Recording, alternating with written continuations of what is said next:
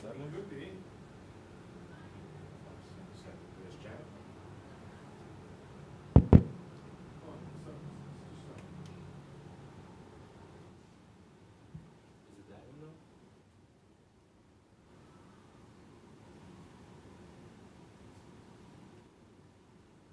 No, I don't know.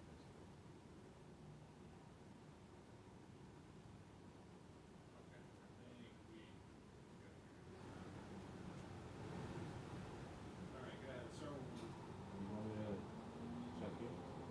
no, let's start, well, I mean, you can check all the connections, but I think we're okay. Let's start with one and do a round. It's kind of loose. The 7 was loose.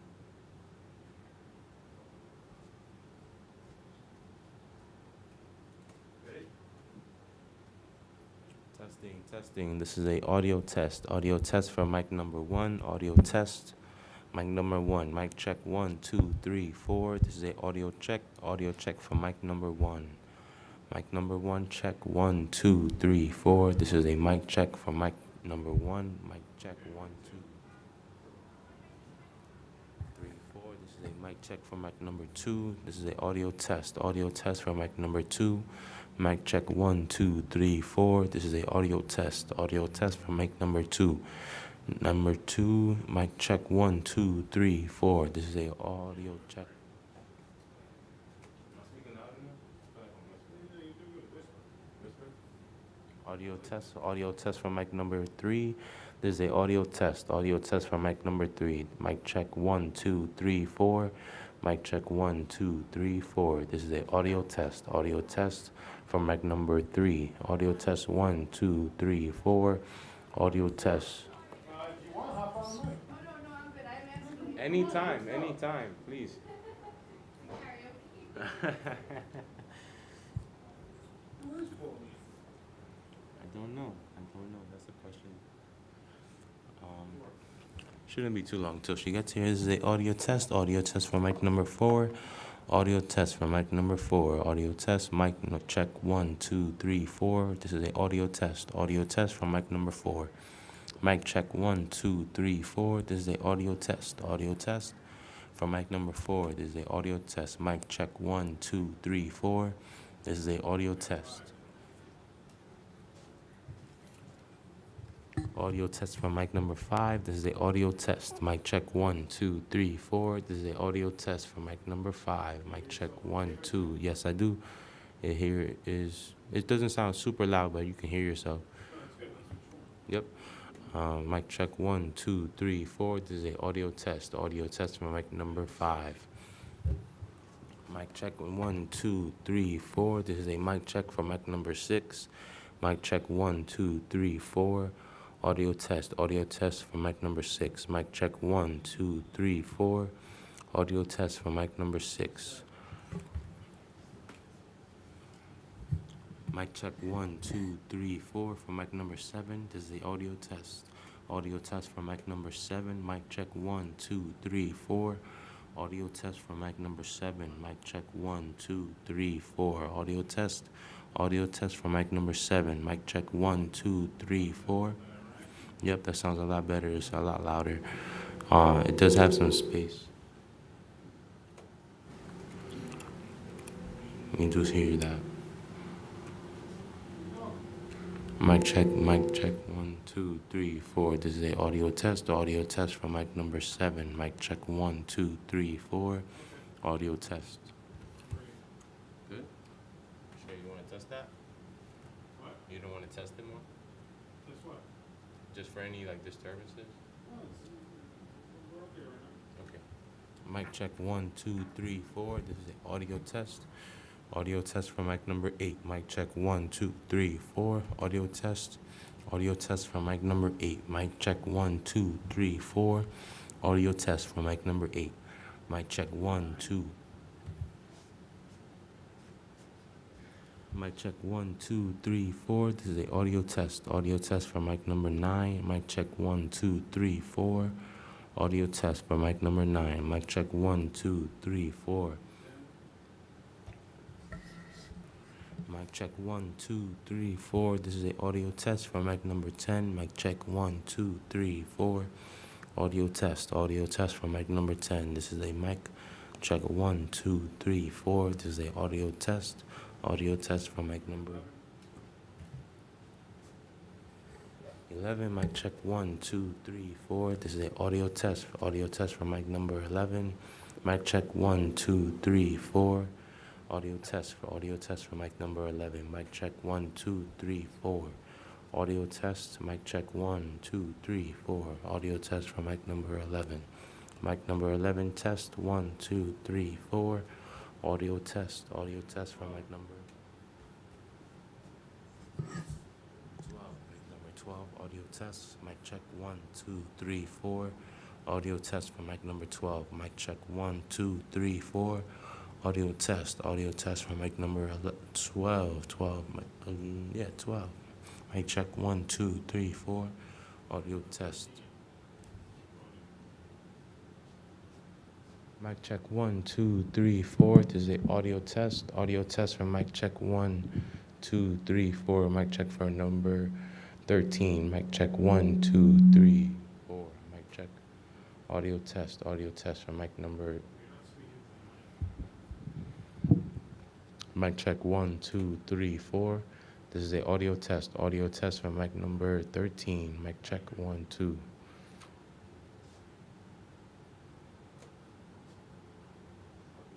Audio test for mic number 14. Mic check 1, 2, 3, 4.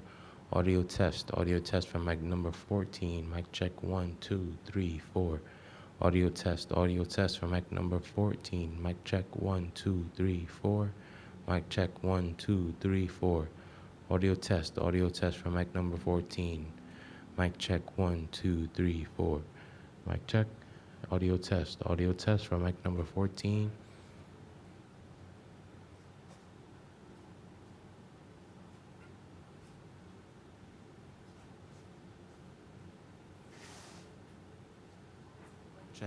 Mic check number 15. Mic check 1, 2, 3, 4. Audio test for mic number 15.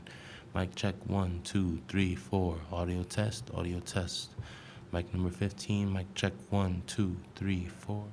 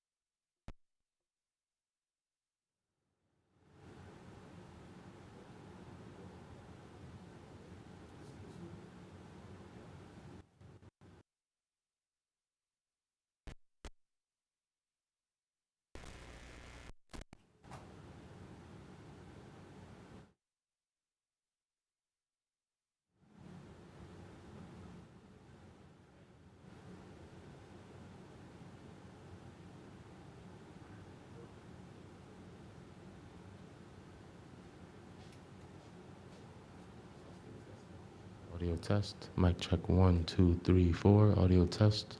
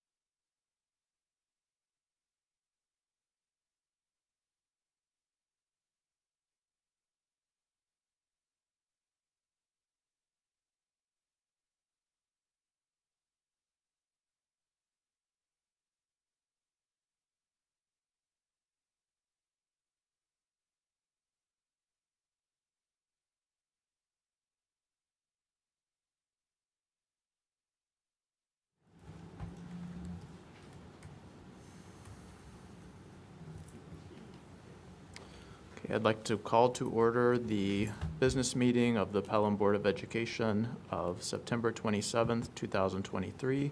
Please stand for the Pledge of Allegiance. I pledge allegiance to the flag of the United States of America and to the republic for which it stands, one nation, under God, indivisible, with liberty and justice for all.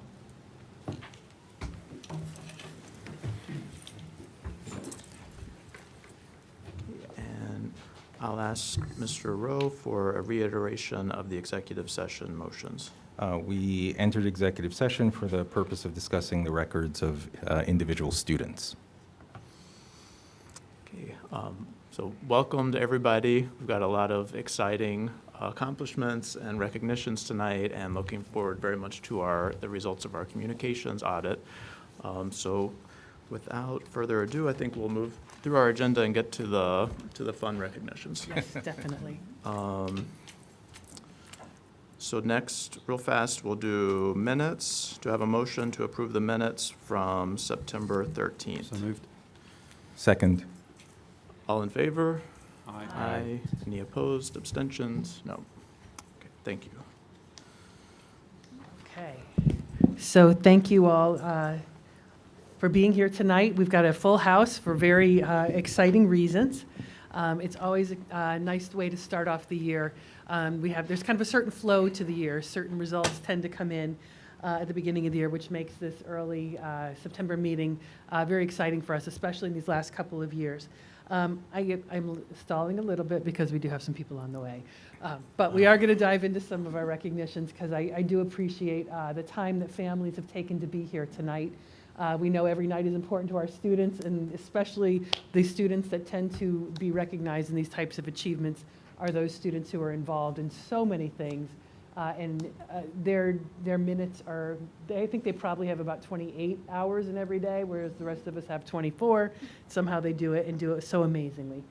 So tonight we're here to recognize two different categories. We'll start off with two different categories of students who were recognized through the National Merit Scholarship. And this competition is based on results of the PSAT that was administered last year.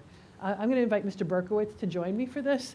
As building principal, I know this is a big effort in the high school every year. We do administer, and we've got the day coming up. I believe it's October 11th is going to be our next full PSAT administration. So we do a whole special schedule that day to enable this because it's a great experience for the students, gives them an understanding of what it's like to take that PSAT and future SAT, but also enables them to be considered for this scholarship competition. So we're going to start with our semifinalists because they're all here. The semifinalist category is an outstanding group. I don't have my notes to really talk about how elite that group is. I think everyone saw the communication that went out. We are thrilled always to have students to reach this level based on their scores from that assessment. That positions these students to then be able to apply to be finalists and to continue in that application process towards potential scholarships. So we're pleased their family and they are here to join us tonight, and we would love to invite them each to come up. We'd ask you to stay up here, so once we get the whole group, we'll take a nice photo. And if your parents want to come up, we'll do some photos there too. And we just really want to commend each of you for your hard work, your dedication, your preparation, and really the focus that you put in to come and to really achieve, thinking forward about those doors that this may open for you. So congratulations to each of you, and congratulations to your families who were there to support you through this. So first off, we would like to congratulate and invite up Benjamin Koff, National Merit Scholarship semifinalist.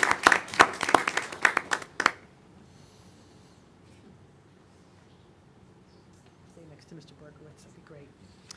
Our next National Merit semifinalist, Brooke Luce.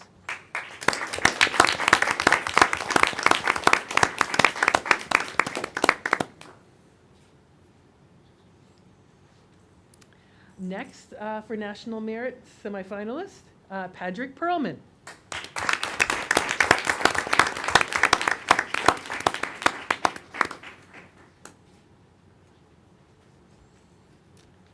And our fourth scholarship semifinalist, James Blackburn.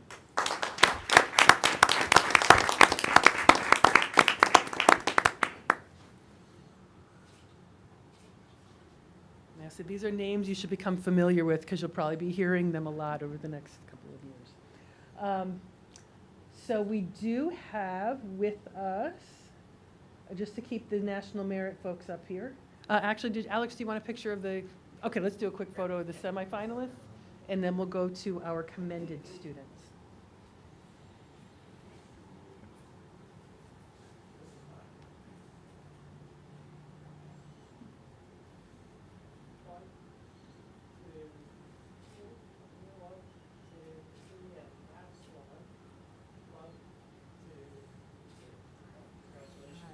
Before you sit down, I'm We going to have- try to resurrect something. we used stay to for a do parent before the photo. pandemic, or maybe even the fun version.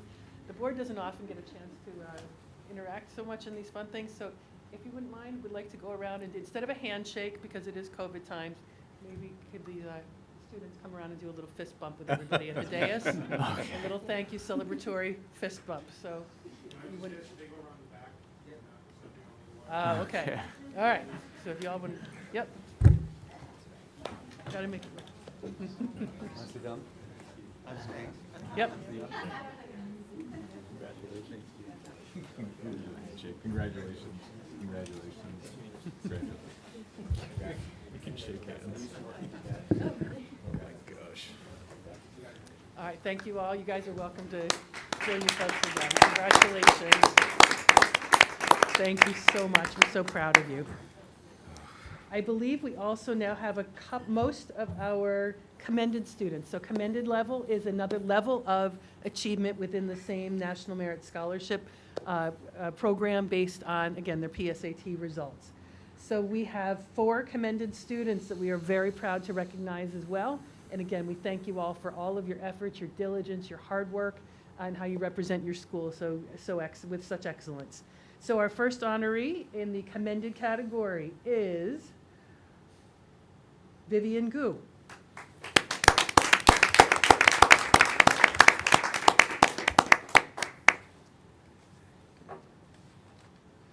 Oops, sorry. Went a little bit out of order. There's Vivian.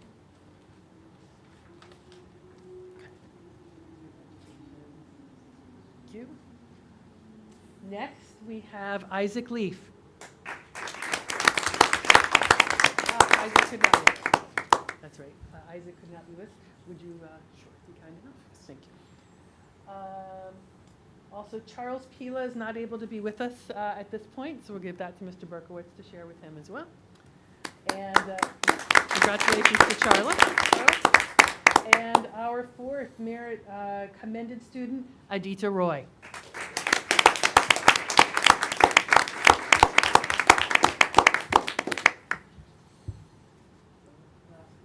Stay here for a photo with us as well.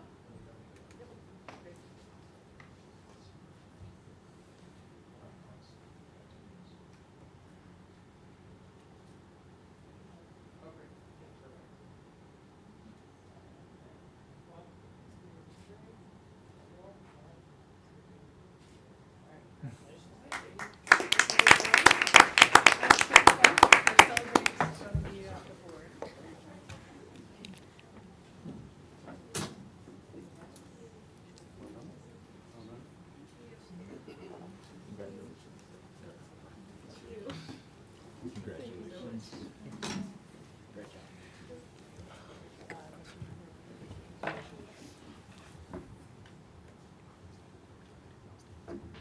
Yeah, let's do all state.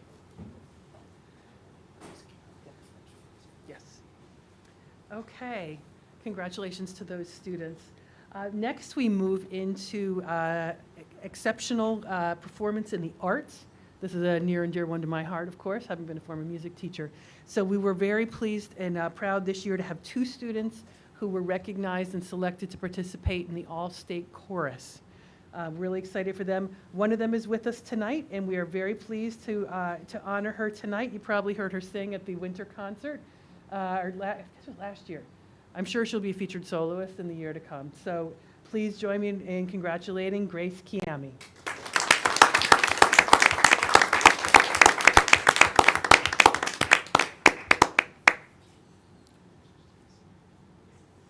Yeah, you can stay up here for a picture.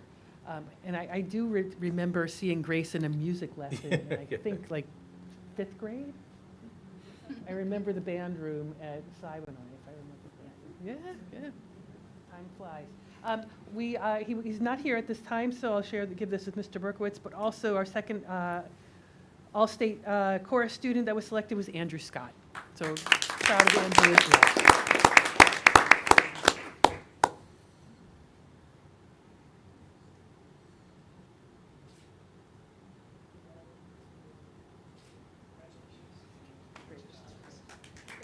Yep, few rounds.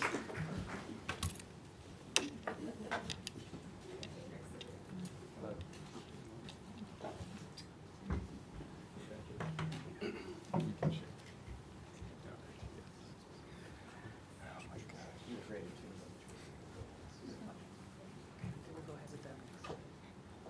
Yep.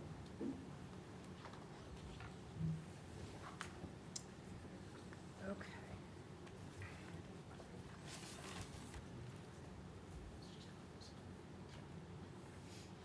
Okay, for our next honor, I'm going to actually invite Dr. Callahan to join us up here. You know, I won't make you say anything. You can just join us, if you'd be so kind.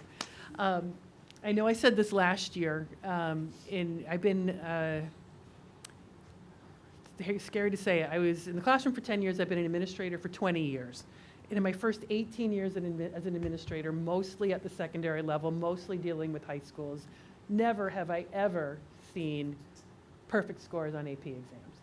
Last year was the first one with an AP Art perfect score. Never did I expect 2 for 2 years for this year to have a second perfect score on an AP exam from a Pelham Memorial High School student. So today we're really pleased to welcome and to honor not just the student but also the teacher, because none of us get where we are without those who mentor and lead us and teach us. So please welcome and join me in congratulating teacher James Roger, of teachers of the AP Computer Science Principles, and his perfect scoring student, James Blackburn.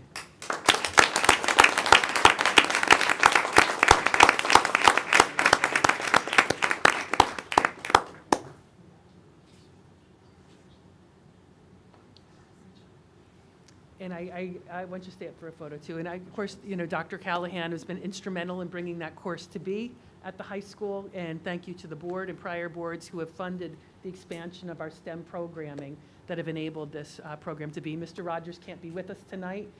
He's been a foundational teacher in building our technology coursework at the high school. So we're incredibly thankful for him, proud of all the work that he does with his students. This course has only been online for 3 years? We rebooted it, Yep. but we had really one section that was kind of floundering, and we're up to 4 full sections of AP Computer Science Principles. So it's growing, so Success. it's good stuff. So thank you for your leadership. Thank you for your support. Thank you for your outstanding work. All right.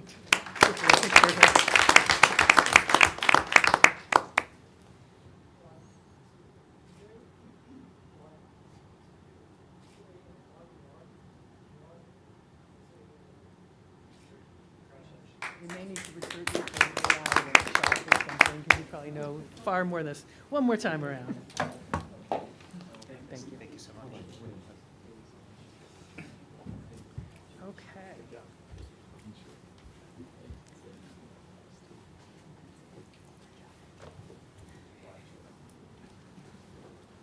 I told James we may need him to do an AI workshop for us. So we have one more special honor tonight, and we have a group that's moved down to the elementary level, the foundation of what we do. And we were thrilled this year to be notified by the U.S. Department of Education of candidacy back in the spring, I think it was. And to our knowledge, that is based on state assessment scores. So the U.S. Department of Education, each year all the states submit their scores for accountability to the U.S. Department of Education, and they select those schools that are the top in achievement and schools that are top in growth, and could be both. So we were incredibly, incredibly proud and honored this year to be recognized, and to be recognizing tonight the principal and some of the core faculty that helped with that application from Colonial Elementary School. So I'm going to invite them all up now.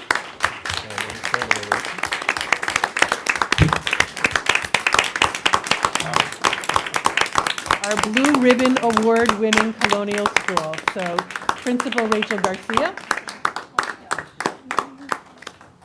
Kathleen McCarthy. Michelle O'Neill. And Sarah Bauer. The National Blue Ribbon is an incredibly prestigious award. We were so proud to have our first Blue Ribbon school here in Pelham.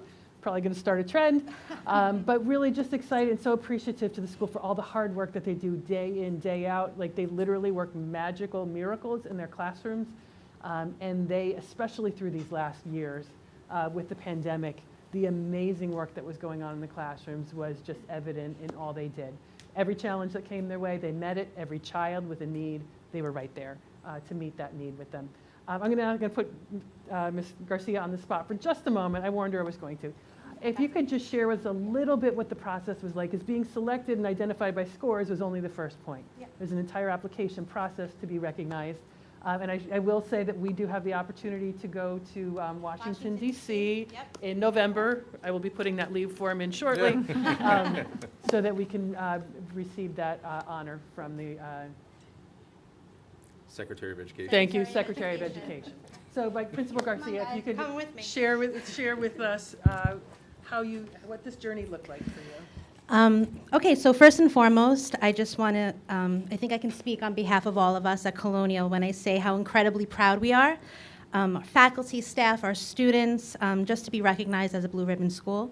We were lucky enough, though, to be the scribes, right? To be the scribes that had the opportunity to showcase all the wonderful things and celebrate all the great things that were happening at Colonial, but also had the opportunity to celebrate all the wonderful and great things that are really just happening in all of our schools and within our district.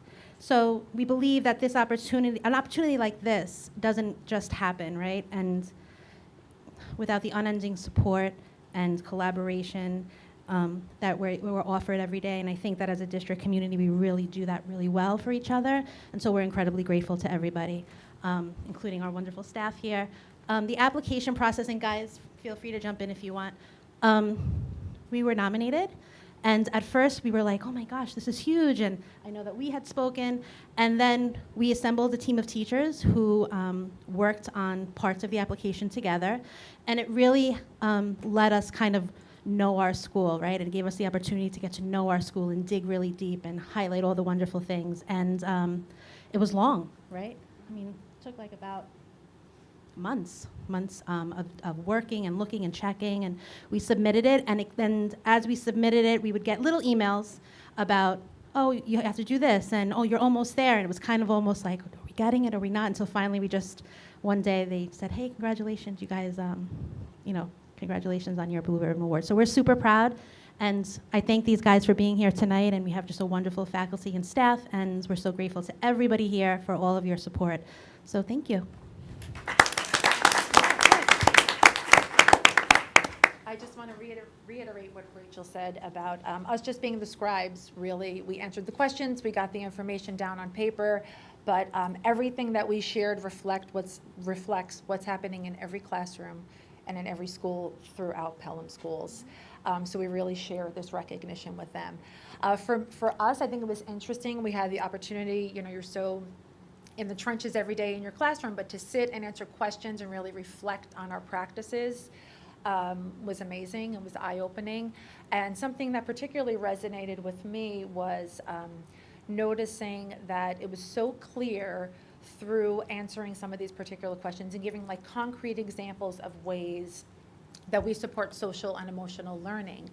And it was so evident that providing students with an environment that's engaging and nurturing and supportive creates individuals who feel loved, supported, included, and that's what creates students who strive for excellence, and that's what creates students who want to take risks, and that's what creates students who feel safe and loved. And it was just so evident that that was so much part of our culture through this process, and I'm so proud to be a Colonial teacher.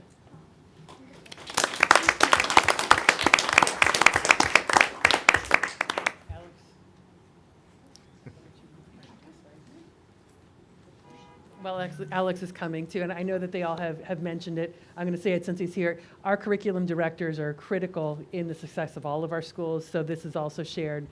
Dr. Callahan, Dr. Thompson, John Sabalos, Lauren Ribeiro, our supervisor for special education, everything that flows through from the district offices down, and the colleagues that Ms. Garcia has in her other buildings, that there's a lot of collaboration across the buildings, and I think each of our teachers would say the same within their grade levels and departments.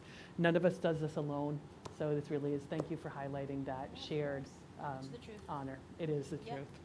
So, Thank you. all right, let's do a photo. Yeah.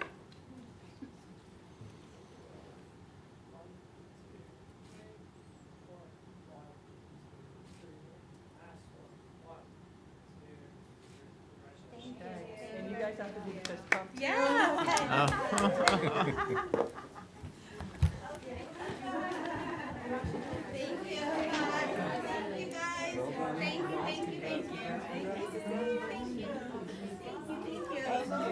Thank you very much. Oh, thank you so much. Thank you.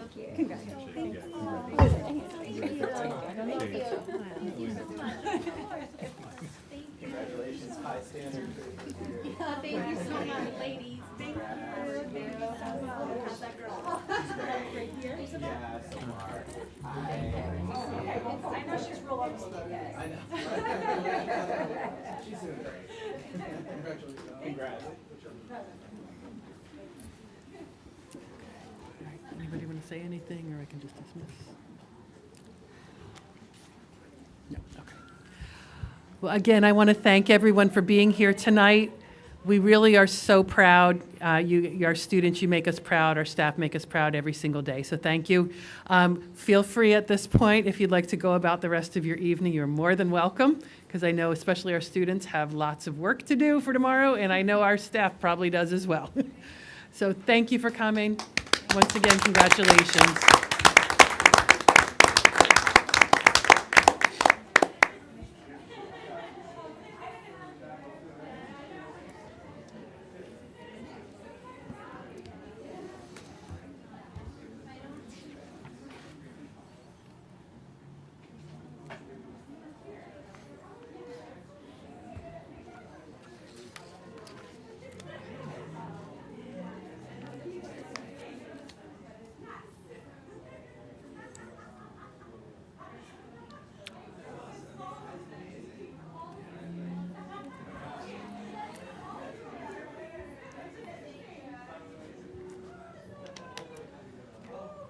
Okay. So the next item on the agenda is the communications audit presentation. So if you would like to So come I'd forward. love to invite Alex Wolf, our Public Information Officer, to come and to lead off the presentation tonight. We're really excited to be able to share the results with the board tonight. And Alex is going to walk us through kind of how we got here, and he'll be introducing us to our researcher and presenter tonight as well. All right, well, thank you, Dr. Champ. Thank you to everyone. I'm excited to be here. This has been a really long and fantastic process. I think we're going to be in a really good position. I know that everyone's excited to hear the results of the report. Before we do that, I just wanted to give you a little bit of background information about our communications program, talk a little bit about how we got here tonight. So I know certainly the board knows who I am. I'm Alex Wolf, I'm the Public Information Officer, but for anyone who is at home tuning in for this, I've been in this position. I'm going to be starting my 8th year in November. Before that, I worked in print media for 7 years, and 6 of those years were spent here in Pelham as a reporter and editor. So I go way back with the Pelham community, and I've been at these board meetings for a very, very long time now. So that's a little bit of the history and how I came to be here. Yes.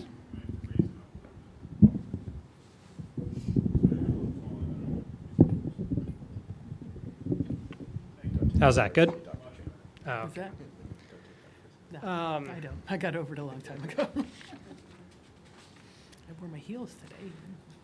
So as a K-12 school district, communications is obviously a shared responsibility, right? we have communications occurring at a number of different levels, and a number of different people are contributing to that. So we have district communications that are going out to parents. We have internal communications coming from the district. Our administrators and principals are communicating with parents daily and with students. Our teachers are communicating with students. There are two-way communications. There is a lot that's going on. We're all talking to each other, and we're talking to each other frequently.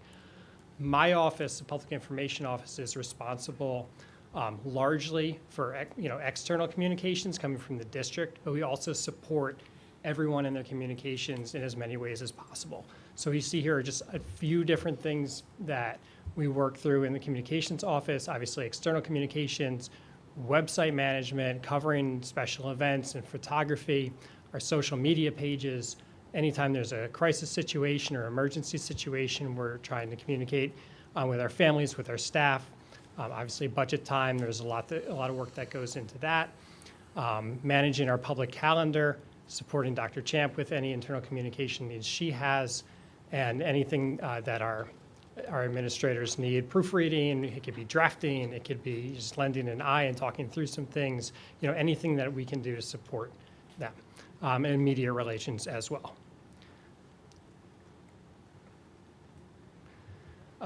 This is not going to be a surprise to anyone. Most of our communication comes via email. We have two different email platforms that we use for mass communications, Constant Contact and Infinite Campus Messenger. A reasonable question folks might have is, why do we have two? And the answer is a little bit complicated, but generally speaking, Constant Contact is a great tool. It's used by companies across the country.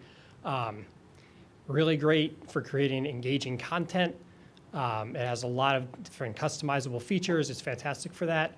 Unfortunately, it does not sync well with our student data management system. So managing contacts has become a very labor-intensive issue for us. So it's a manual upload either from the technology department, which happens maybe twice a year. In between, if there are new student registrations, I'm inputting those contacts in manually.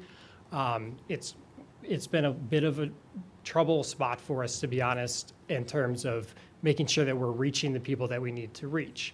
So that's largely used at the district level and at the elementary level. Because of those issues with contact management, our secondary campuses tend to use Infinite Campus Messenger. That's our student data management system. It's great. The contacts are completely up to date, fantastic, but it doesn't have those creative functions that Constant Contact has. So that creates some trouble on the receiving end, finding emails, having engaging content, and searching for them in emails because of the subject lines. It's very, very limited. It doesn't handle links well. There are a lot of issues there. I'm going to talk a little bit more about that later on this evening. Some other ways we communicate, text messages. Anyone who's a parent in the district probably got a couple of those yesterday as we had some events unfolding. That's usually for emergency situations only. We try not to spam everybody with every little thing that's happening in the district, but if you do get a text from us, it's usually important. We do have the robocall system, of course. If there's a snow day, you get to hear Dr. Champ's voice bright and early. Social media, we have a district Facebook page, which is our main social media presence. We also do have an X account, X, of course, being the artist formerly known as Twitter. We don't use it very much, to be honest with you. We haven't found it to be a very effective communications tool for us, but we do have a school account. We also send 2 to 3 times a year a Pelham Focus newsletter. That's the print newsletter that gets distributed to all homes and businesses in town. And that's a really great way for us to reach folks who maybe don't have students in the school system. And obviously the largest one of those comes around budget time, which is our budget newsletter. Just a snapshot of the sheer volume of emails that we send. This is just from Constant Contact, so this doesn't take into account what's sent via Infinite Campus, but 450 emails sent over the past 12 months. We have a really great open rate, I think, of 69%. And that's reaching about 3,600 parents and guardians and staff contacts. We do have additional contacts in the system of people who don't have kids in the school system. That's about 1,500. I will say that when we do send emails to the full contact list, our open rates do tend to come down. What is making up those 450 emails? The week ahead, which we send every Sunday, is just a newsletter to let parents know, kind of here's what's coming. Board of Education meeting notices and meeting recaps, school emails, any event promotion that we might do. We sent out a promotion for the astronaut visit that we have coming up, and that thing sold out faster than you could even imagine. Counseling department newsletters have been part of that. Any updates or reminders about things that are occurring in the district, athletic registration, changes to the schedule, all of those things are items that we might email out. So why do an audit? I think everybody here recognizes that effective communication is paramount to a school district. We function entirely in the public space. Everybody in this town has a stake one way or the other in their schools. So being able to effectively communicate with our stakeholders is critical. And that's true both externally and internally. I think that it probably goes without saying that the way in which we communicate as a society as a whole has changed in the past several years. Information travels faster. Social media is much more engaged in our daily lives. Things that happen are more widely disseminated. And I think that's become especially true as we have evolved from the pandemic. I think we do a really good job with communications, but I think as a school district, we have always sought sort of a mindset of continuous improvement. And I think that should apply to everywhere, including our communications department.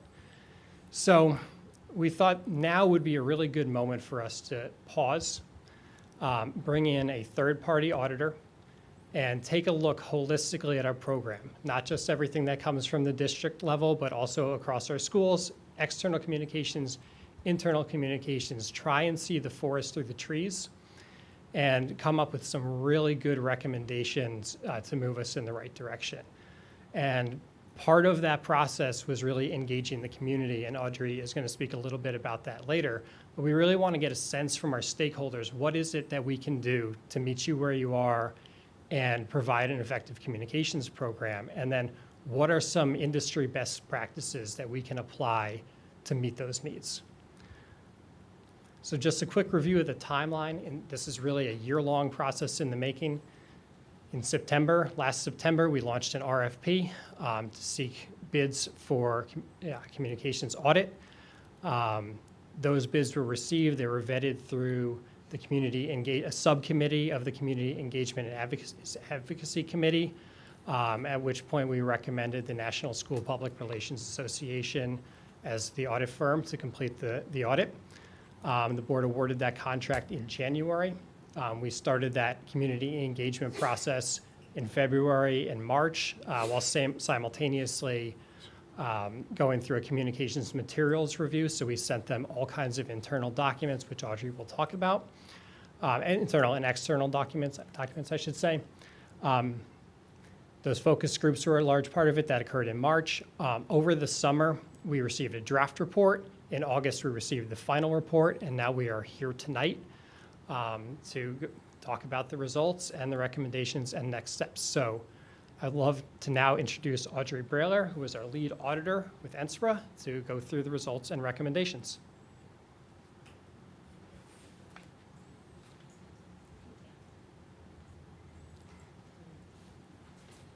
Hi, everyone. Thanks for having me here today. Ooh. Oh. Okay.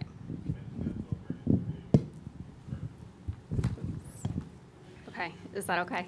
Okay, great. All right, so thanks for having me here today.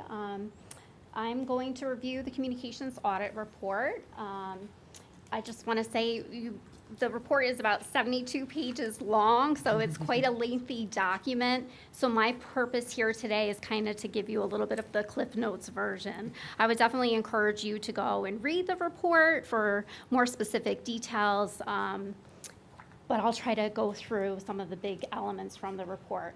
I plan to cover why and what a communications audit involves, the audit process in the district, including the time frame and the stakeholders involved, key findings and observations, recommendations and action steps, and then considerations for implementation.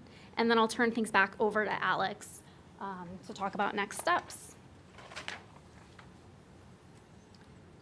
So just a little bit about me.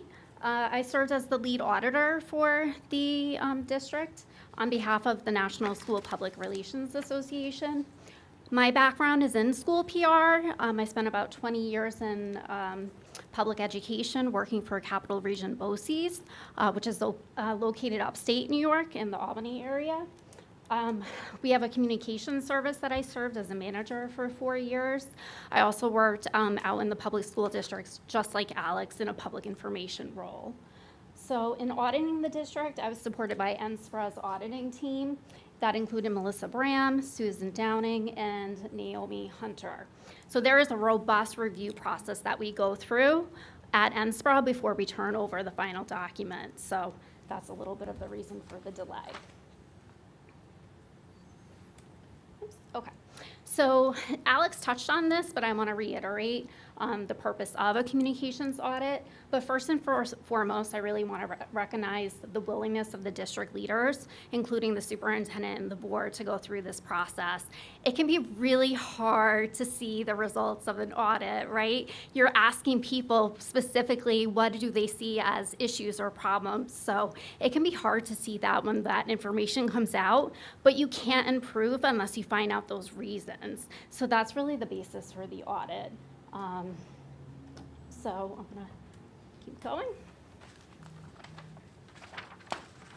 So the goal of the communications audit was twofold: to see data, opinion, and perceptions, and from there assess the effectiveness and management of public relations, marketing, and engagement efforts throughout the district.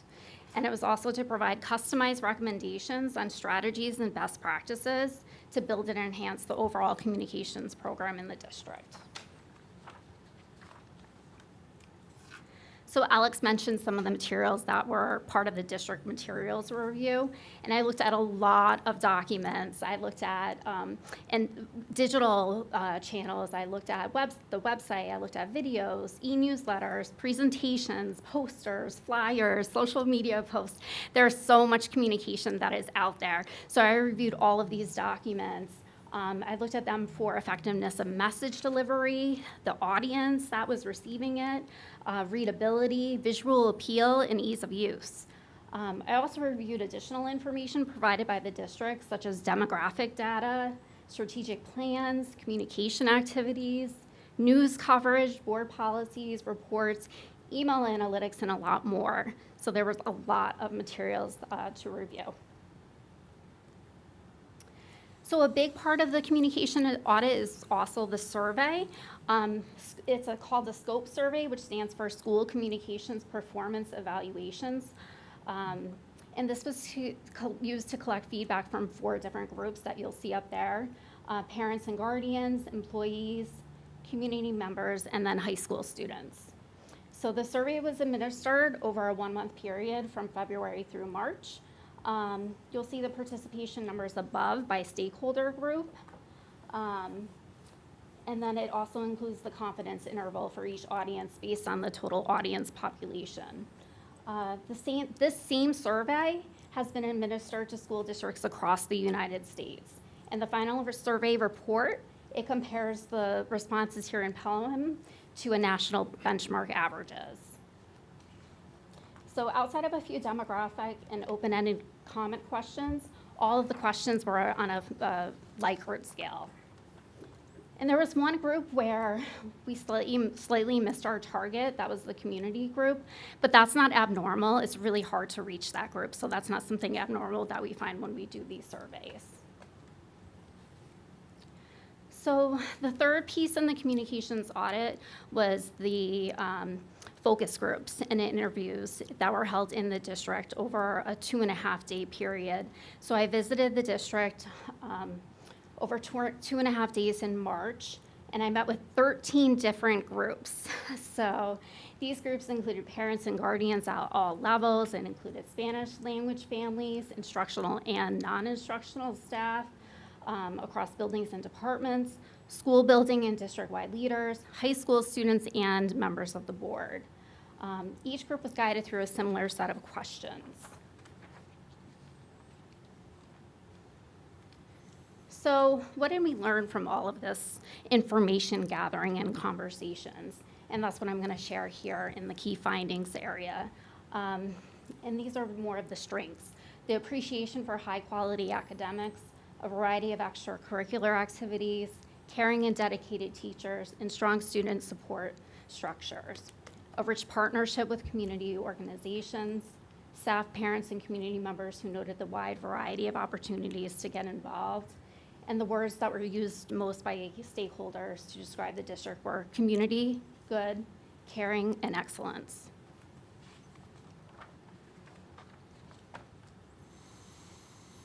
So on the flip side, some of the more challenging areas that came up were varying opinions about the district's image, a divide within the larger community, external information sources that provide negative publicity, the Public Information Office lacking established communication goals and/or a plan to guide the work, and then email was a big source of frustration for a lot of different reasons, and then stakeholders who didn't feel well informed on different issues. So continuing with the key findings, I also found that concerns continue to exist about crisis communications, although progress was noted in that area. I heard about inconsistency in communications across the district, school buildings, and departments.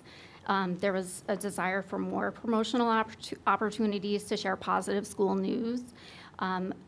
Employee morale and trust, that was low, and then communications breakdowns that have created confusion and misunderstandings. In another section of the report, it goes over observations that I had. So in addition to the key findings, some of these observations that I had after reviewing the materials and having conversations and reviewing the survey results were that a strategic communications plan is needed, that nearly all stakeholders selected email as the most preferred communication, but a lack of guidance, protocols, and procedures is creating challenges. Crisis communications was a big concern of all stakeholder groups.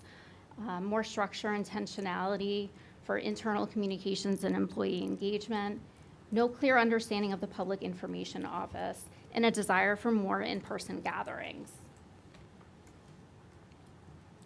So next, I'm going to spend some time highlighting the 8 recommendations that are included in the report.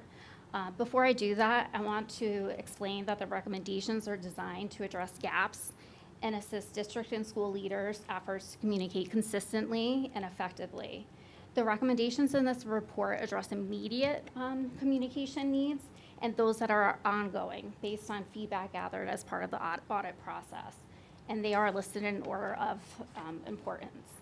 So I'm going to jump right to the first recommendation, which is to develop a strategic communications plan. This really serves as a foundation for the other recommendations that are in the report. A lot of the other recommendations that are here will end up being part of this strategic communications plan. The guidance here is to create structures that will allow communications to be proactive and focus on supporting the district's strategic plan. So among the action steps are to use the RPI method to design a strategic communications plan.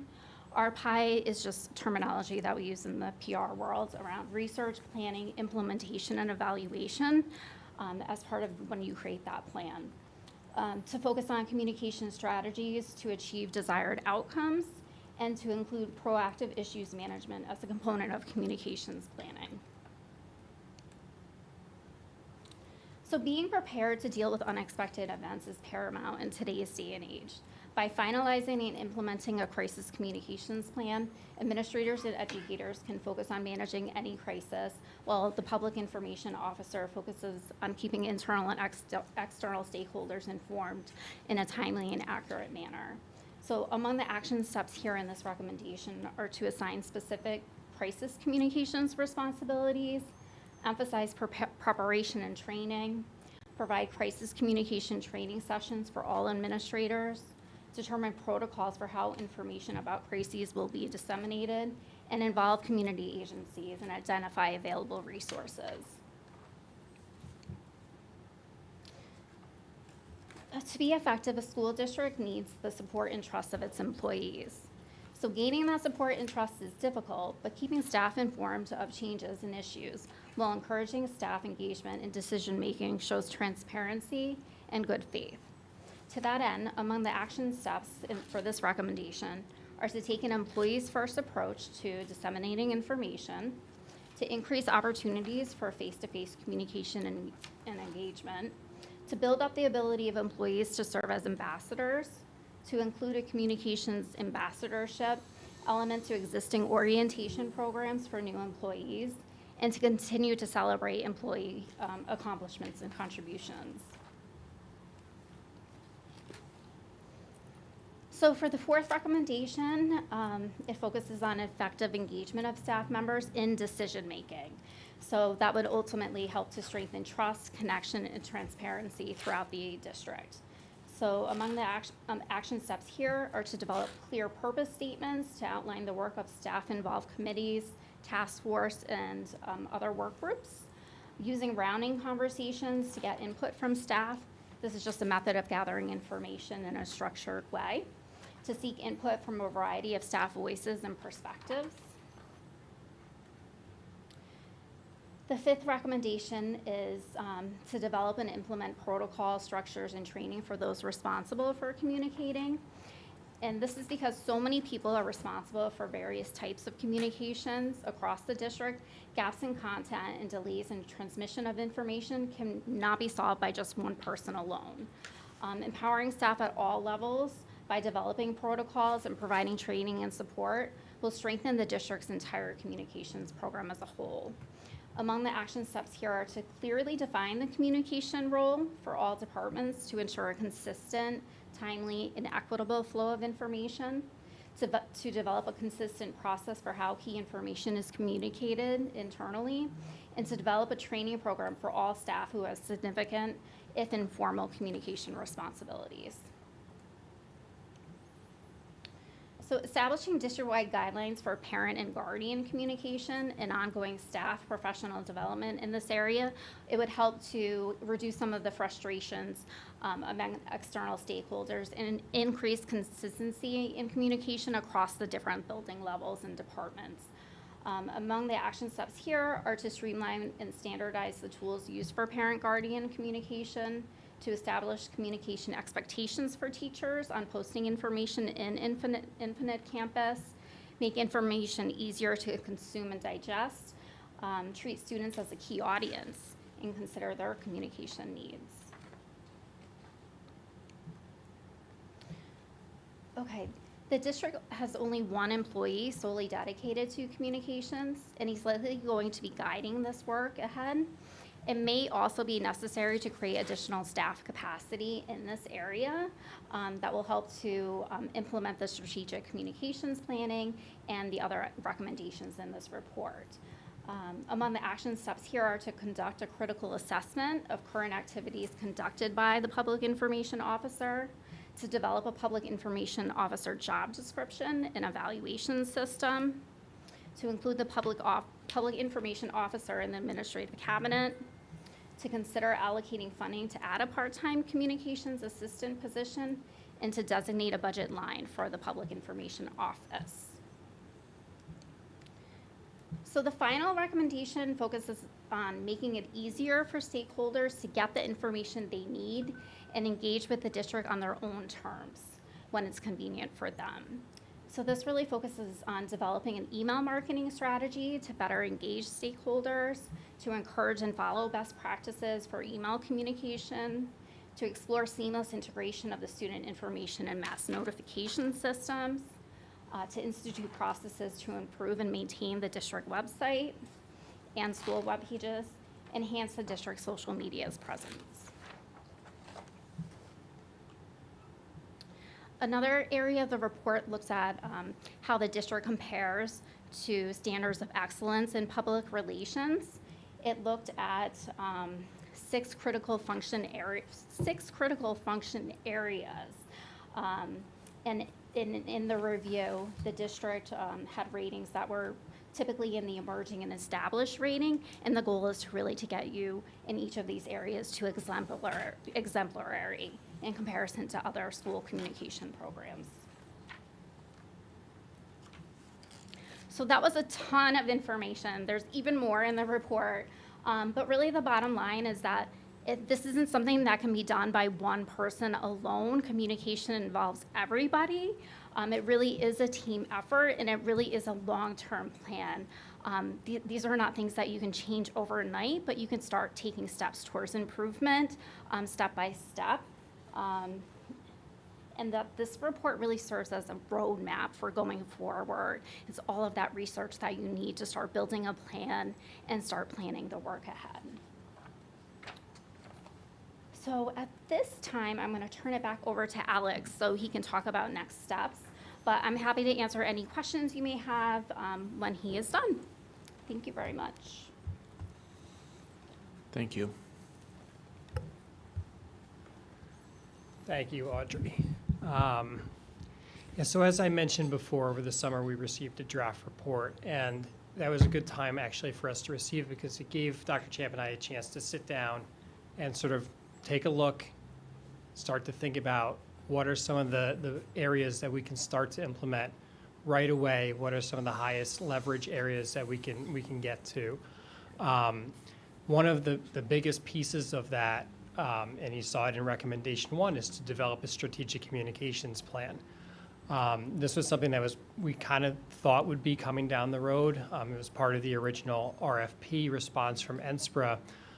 So we thought it would make sense, and we have, spoken with them about continuing our relationship to build that plan over the next couple months.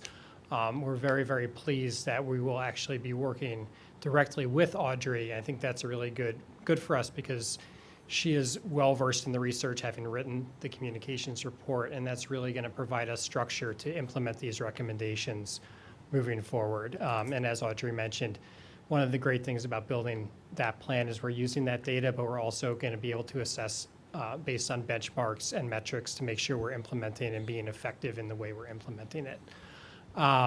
We will, of course, be reviewing that annually, and as we kind of develop it, obviously Dr. Champ and I have gone through and identified our priorities where we think we should start, but we definitely would be seeking feedback from the board in that area as well as you read through the report. Another area that is critically important to us is improving internal communications. So we've really tried this year to take a staff and employee first approach to what we're doing from a communication standpoint. And that's really to make sure that we're all on the same page and recognizing that some of our frontline staff, our teachers and our faculty, are the ones who are interfacing with our parents in our community and with our students. So they need to be in the know. They need to have an understanding of what we're doing and what those decisions are and why they're being made. A couple of actions that we've taken already. Have created an employee pocket guide that has key facts and highlights. I think the board has a copy of that in front of you tonight. Those will be going into mailboxes over the next couple days, so every staff member has one.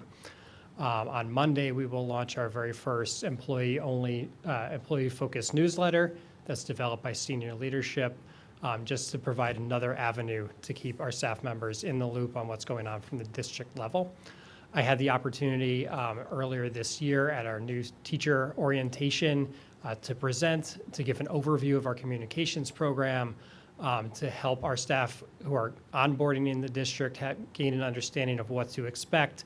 We spoke about what to expect in a crisis situation or an emergency, the different types of communication they might receive, where it's going to come from, and different expectations around that.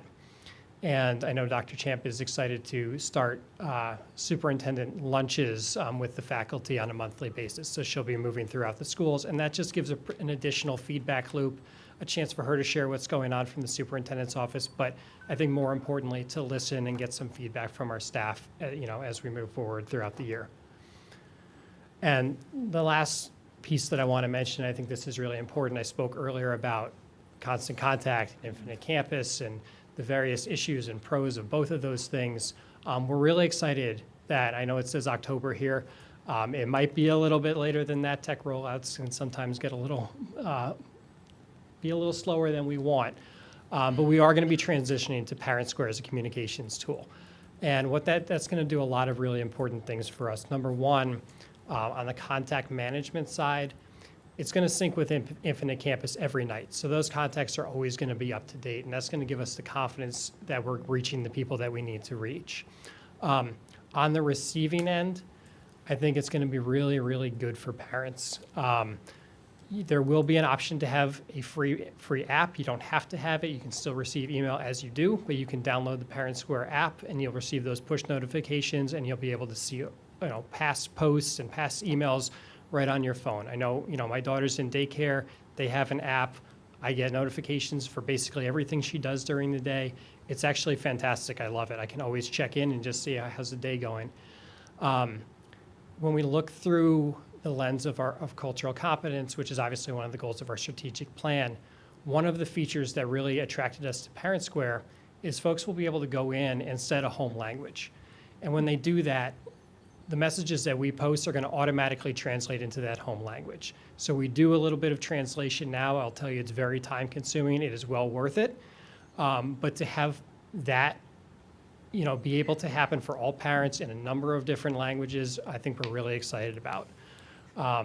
Audrey spoke about this. There are a lot of concerns around email, and there's email fatigue, and we know that. And if you're a parent at the elementary school and you also have one in the middle school, and maybe you have one in the high school, and then you're getting district emails, and at the end of the day, you're looking through your inbox, and every few hours you have a new email, and you're trying to sort out and find what's important and what's not. Parent Square does have an option that you can receive the notifications from a school district or from your school as part of a daily digest at 6 p.m. every day. You don't have to do that. You can continue receiving them as you do now. But that, I think, is going to be a really nice option for folks and maybe help cut down on some of those concerns and issues. And I also will tell you, just from my standpoint, moving down from 2 systems to 1 system is going to create a lot of efficiency, especially in a situation like we had yesterday, where we did have a lot of notifications going out because we had some security concerns going on in the community, and we had a situation developing in one of the schools. I'm toggling between a couple of different tabs and trying to format messages in different ways, and Parent Square is going to put that all on one screen for me, and I'm very excited from a personal level. That's going to be a lot easier. Before I open it up to questions, this is maybe a once in a lifetime, we'll see, opportunity for us. I think it's been a really, really informative process to go through. I think it's going to put us in a really good place. None of that happens without the help of a lot of different people, and I just want to thank some. And first off, the board and the previous board for supporting us and taking this leap. Not a lot of school districts get an opportunity to do this. I'm really excited that we were given that opportunity, so I want to thank you for that. Our Community Engagement and Advocacy Committee worked really hard behind the scenes on a lot of different ways, from vetting that RFP and rating the RFP, to helping spread word about the survey, to reaching those folks in the community that we were struggling to reach, and we would not have been able to do this without their help and support. Our administrators provided an amazing amount of information, a lot of information that, internal emails to staff, you don't expect those to be seen by a third-party auditor. Not that there's anything to hide there, but it takes a lot of trust to provide us with those materials and to engage in this process. So I want to thank them for that. Everyone who filled out that survey, I fully recognize it was a long survey, and I really appreciate everyone taking the time to do that, especially our students, our administrators, our staff, our parents, and our community members. We really wanted to make sure that our families who don't necessarily speak English as their first language had an opportunity to participate in this process. That's not always easy for us to do. We had a teaching assistant, Marilda Jantz, who translated the survey, every question and every possible answer, into Albanian for us. And then our L coordinator, Miriam Gashi, was able to distribute that survey to all of our L families. Then, on top of that, the L Club, which is a group of high school students, took those paper surveys and inputted all the data into the online system, and they deserve a tremendous amount of thanks for doing that. We're really appreciative of that effort. And lastly, on that front, Regla Guzman, who's a high school Spanish teacher, served as our translator for the Spanish language speaking family focus group. So we really appreciate her effort on that. And lastly, I want to thank Audrey and the team at NSPRA for being with us every step of the way, providing support, answering our questions, and really putting us through a really thorough audit process. So I'm really happy with the result. I look forward to what we're going to be able to accomplish in the next couple of years. And with that, please, if you have any questions for Audrey or myself, we're here. Thank you.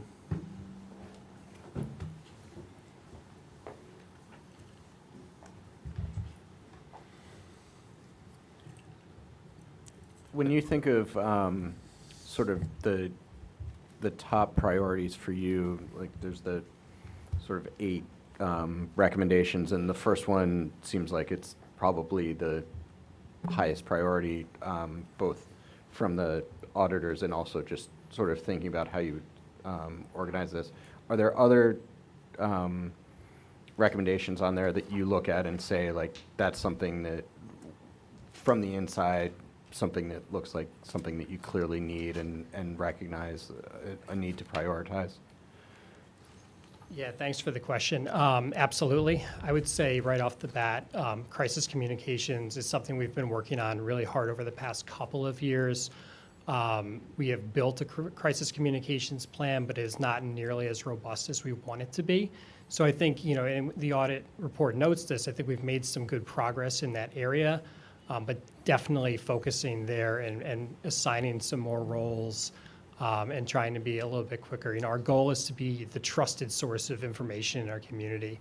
And I think if we're able to be a bit more responsive and really get our systems in place, we'll have the opportunity to do that.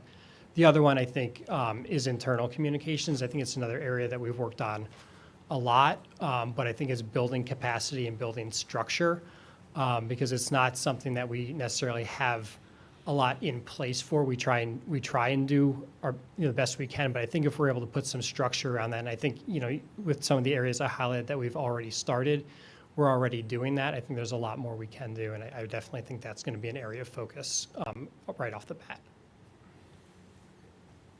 Alex, thank you for doing the survey, of course, and everybody else who participated. It's been a long process, as you said. And I'm glad that some of the low-hanging fruit has been already kind of picked and you started working on it. In terms of the internal communication, and maybe Dr. Champ, how would the climate survey that's coming and going to happen, going to integrate into that? Because I know you already started putting some plans together. Yeah, and I see them working hand in hand. And actually Alex and I were talking earlier today. I think, the recommendations here, certainly we should keep in mind as we head towards strategic planning. The climate survey, same thing. And there were elements of school culture and climate, obviously, that were captured here because communications is so intertwined with that. So this has given us some good information. And I know in conversations, with Audrey, I'm certainly not putting words in her mouth. Coming through the last few years have been really challenging for all schools. And I think if you read any of the articles, there's morale issues, there's challenges in education as a whole. So I don't think we're out of the norm, but that also doesn't mean that we don't do anything about it. I think it's incredibly important for us and for me to make sure that, that we hear that feedback and we take it seriously and we honor that and do what we can to fill those gaps and to reestablish some of that better communication, rebuild trust where it's been lost, clarify anything that's where there's confusion, those sorts of things. So I think my hope is that, and Steve isn't able to be with us tonight because he's sick, but he was going to report that we're going to be launching the climate survey October 16th is our target date. So we should be getting the results of that back end of January, beginning of February. My hope is that, we saw some elements of climate and culture here. Maybe when we get those results, I know they're 2 different surveys, but maybe there should be hopefully some noted improvement in some of those areas. But I think the tools of the communication audit and the recommendations are going to help us towards continuing to improve climate, plus whatever additional information comes out of that survey. So to me, it's all hand in hand. And I just wanted to thank Alex. There's probably not, I'm probably the only more transparent role in the district than the communications office. So for him to be even willing to, he came to me, a year and a half ago, I think, and said, I got this idea. Do you think this is something we could do? Just to be willing to do that in a community with such high expectations. I want to applaud him for his willingness to do that and to initiate that. and then to engage, the committee and the board and everyone to take the lead in that, knowing that transparency, what is the phrase? Daylight is the best antiseptic. Yes. So knowing that there would be a little sting from that, but also knowing that that is how you improve. So I just applaud the willingness to do that and go there. I also want to thank you, Alex. Thank you. Are there specific topics that you're focusing on in employee engagement? You mentioned in the first newsletter coming out. Is there like some areas of focus that you're? Well, we're just dabbling right now, but we're going to have a section for each department. So each one of the assistant superintendents and myself will have a section. So some of the topics, I think my theme in this first one is going to relate to the communications audit, why we're doing this. I think that's when I reflect back on some of the feedback. If people didn't feel their voices were heard in decision-making, for example, it could be that their voices were heard, but the decision did go a different way. It went a different way, and most of us understand that as professionals. We express our opinion. Things don't always go our way. Right.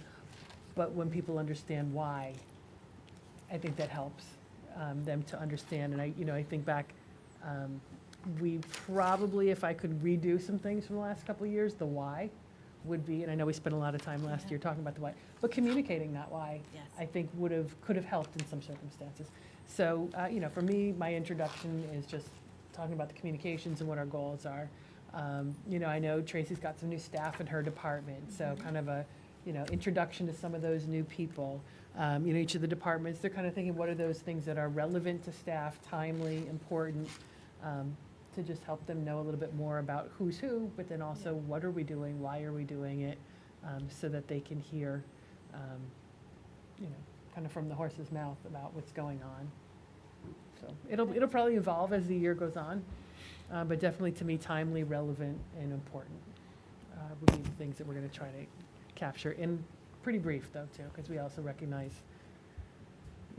we're not going to write a 70-page Yes. newsletter. A few paragraphs from each department just to stay abreast of what's going on, I think could go a long way. Yeah, and I think too, just to add on to that, I think that's obviously providing that conduit for information, but also starting to set up these structures so that people know when to expect something, and that the first Monday of every month there's going to be an employee newsletter, and there will be an opportunity to meet with Dr. Champ during the year, and just sort of putting that into place, I think going to go a really long way into helping in that area.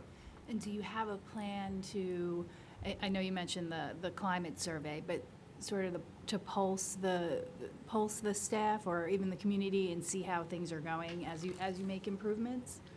I'm going to defer to Audrey on that as part of the strategic communications plan, that because might I be know part that of there the are some plan. metrics and benchmarks as part of that, yeah, if you don't mind. Hi. So part of the strategic communications plan is there's a huge evaluation component. So we'll be looking at, as we're building that plan, how do we evaluate, like how do we know that the work we're doing is creating results?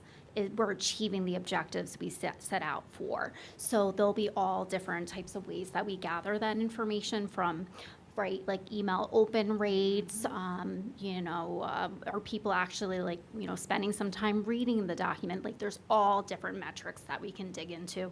And certainly the climate survey is gonna be, I think, a great way to kind of get a sense too around communications and the efforts there. So evaluation is a huge component because you can do all sorts of things and stuff, but how do you know that you're reaching your goals? So we wanna make sure that we're seeing progress. Thank you. Okay.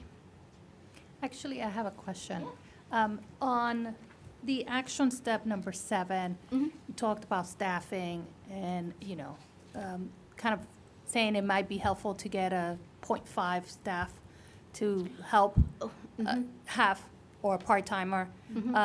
In other districts our size, what is the staffing levels for the communication, team group? Yeah, I think I'd have to check to see what typically the staffing levels would be, but I don't think it's unheard of to have more than one person giving, right? The communications industry we're in now with so many platforms, so many tools available. I think part of the strategic plan will look at prioritizing the things that are going to happen during the year, and what you're able to accomplish and achieve is going to be relevant to the staffing levels. So maybe it will take longer to achieve the things that you want, or maybe it could be expedited a little bit more if you're able to add that additional staff capacity. So, but I could certainly check on some of the different staffing levels. I know we have data on that. Actually, a follow-up to the staffing question issue, and this is probably more for Dr. Champ. I know that the recommendation is to expand the office. Is there flexibility in the budget this year to do that, or are we looking at that for the following year? I think we would have to likely look at the following. We do certainly have some contingency. As Jim will be very quick to tell you, we're running definitely more lean this year, given especially some of when we think about our class, the enrollments that we had, additional supports that we put in, and we've got increased transportation costs, variety of other things. So we would have to look critically at that. I think most likely next year's budget would make the most sense, which would also give Alex an opportunity to compile the list of responsibilities. That was another piece of that. So as a precursor to that, a critical look at all the functions of the office, I think, would be important. Yeah, and can I just add, as much as I would love another body to help, right? I think if that's something the board wants to consider down the road, terrific. But do we want to do that in a very strategic way? And I think it would be very wise to complete the analysis and really get a good sense of where our needs are before we even talk about that. And I live here as well, right? And I think we have to recognize that most of our dollars need to go into the classroom and support our teachers. So I think it'd be great to have another person, but there are a lot of competing priorities. So I totally recognize that, and want to do what's right for the school district as a whole. Alex, I have to thank you also, because I know you took a lot of feedback from the PTAs throughout the years. So thank you for doing this. How does Altiris, are they involved in helping develop the crisis communication plan and any review of the communication? Absolutely, and I will say that having Altiris join the team, and especially to have Tom Drake full-time this year, has been tremendous. So the emergency guide that you have in front of you right now, largely developed by them. They have a template that they used. Anyone who knows me knows I can't keep my hands off a document, so there was some choice editing involved in that, but they're instrumental in putting that together. Additionally, just having a point of contact with Tom on the ground during situations like we had yesterday, he's in touch with me constantly, and that's been tremendously helpful. And I think if you were on the receiving end, I think we got things out very quickly yesterday, and that was largely because Tom was keeping me up to date in the moment. So that's been a really huge shift and a positive for us. The crisis communications plan that we do have was reviewed by Tom and the Altiris team last year, and I would envision them having a major role as we look to expand that moving forward.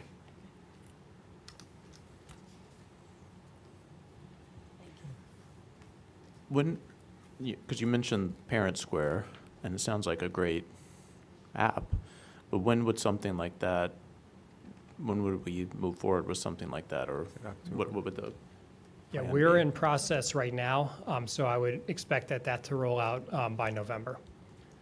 So we're in the process right now of setting up the contact transfer is sort of the first step, and then we want to do some behind-the-scenes work to, I don't like the word branding, but it is branding. We want to make sure we have consistent message templates and clear expectations, and then there's obviously some training that has to go on behind the scenes so people feel comfortable on the back end using it.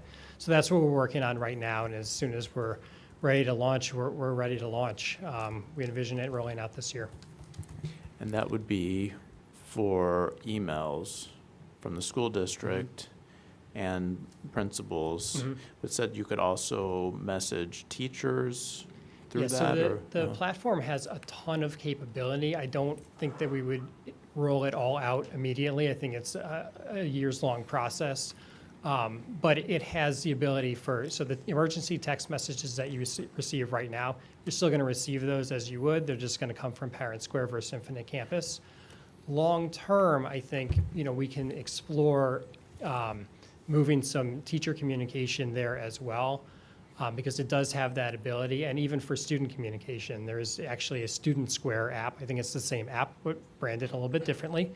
But, I think if we're able to get to that point, I think it'd be terrific for parents to have sort of one-stop shopping, right? If they're getting a message from the teacher, they can look in the app and go no further, and also see the messages from their principal and from the district. That might be a little bit farther down the road, and certainly we would have to work very collaboratively with our teachers on that. But it's certainly an opportunity we can explore. One thing I noticed in recommendation 7 as well, I think the very first line said stakeholders today demand transparency and two-way communications, but I didn't see a lot of what the board can do. Is there anything we should be thinking about? I mean, our board coffees seem to be generally well received. Is there anything we should be thinking about in that context of transparency and two-way communications?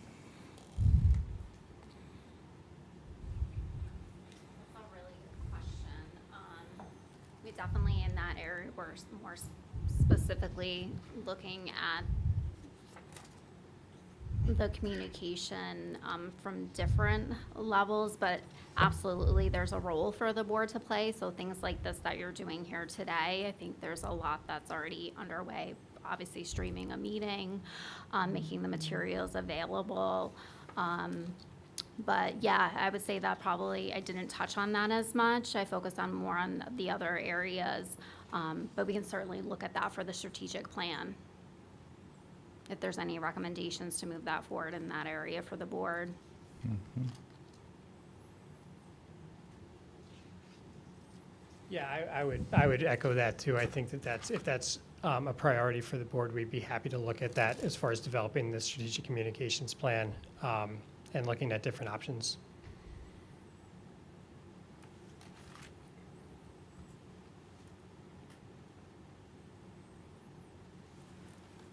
Good.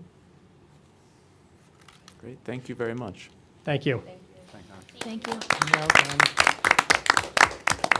Yeah, and Audrey, really thank you. We appreciate the work you've done in the district, and I know she just had a great connection with the staff and the faculty and all the stakeholder groups, and was really just a joy to work with. So we look forward to you continuing to help build our strategic plan, and look forward to that continued partnership. And Alex, again, thank you as well for your leadership in this. Well done.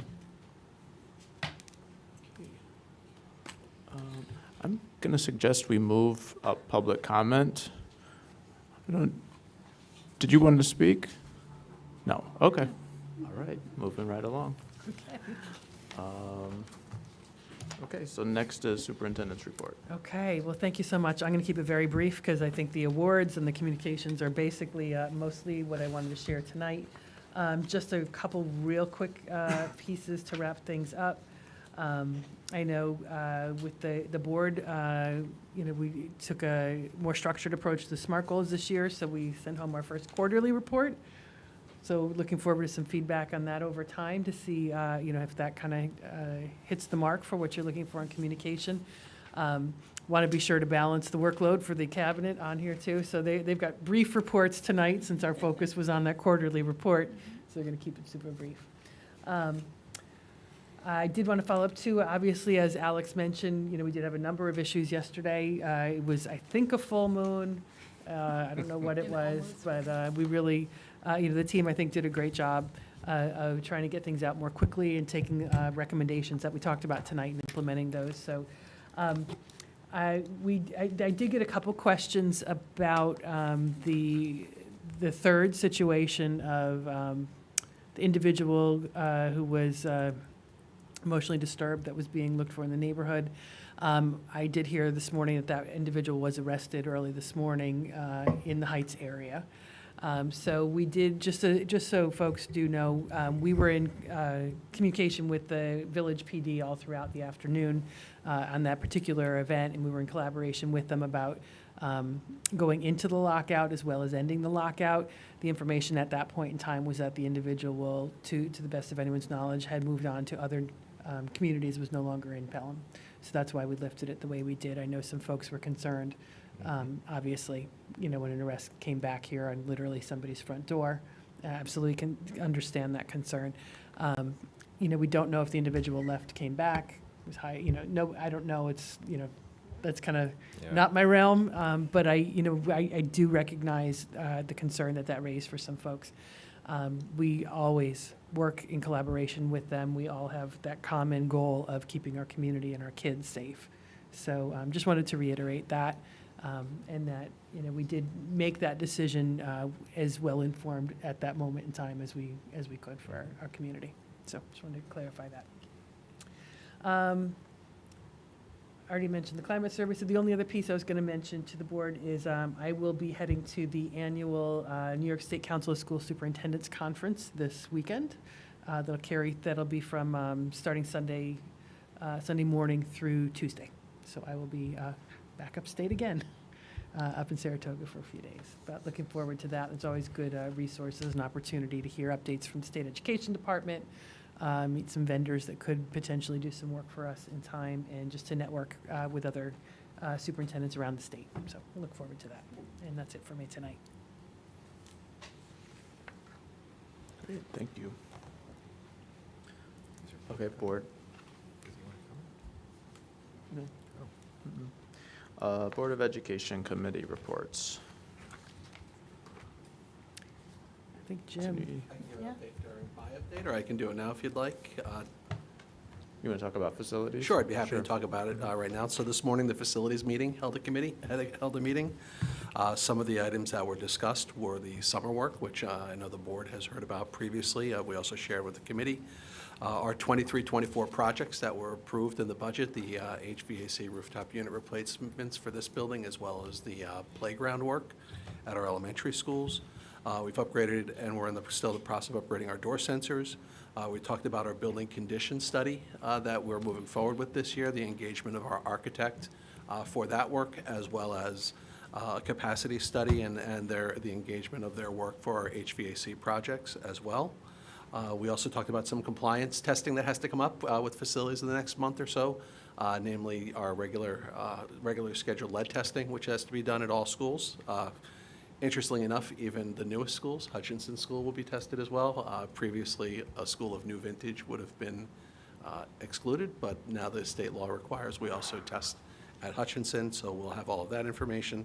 And our annual fire inspection comes up every year, and that's, of course, part of what we do as required by State Education Department, and we do that. We also invite our partners and the fire chiefs, so the fire departments from either fire department, for both the fire departments, to observe, because they're certainly provided that opportunity, and we've got, I think, good relations with both of them.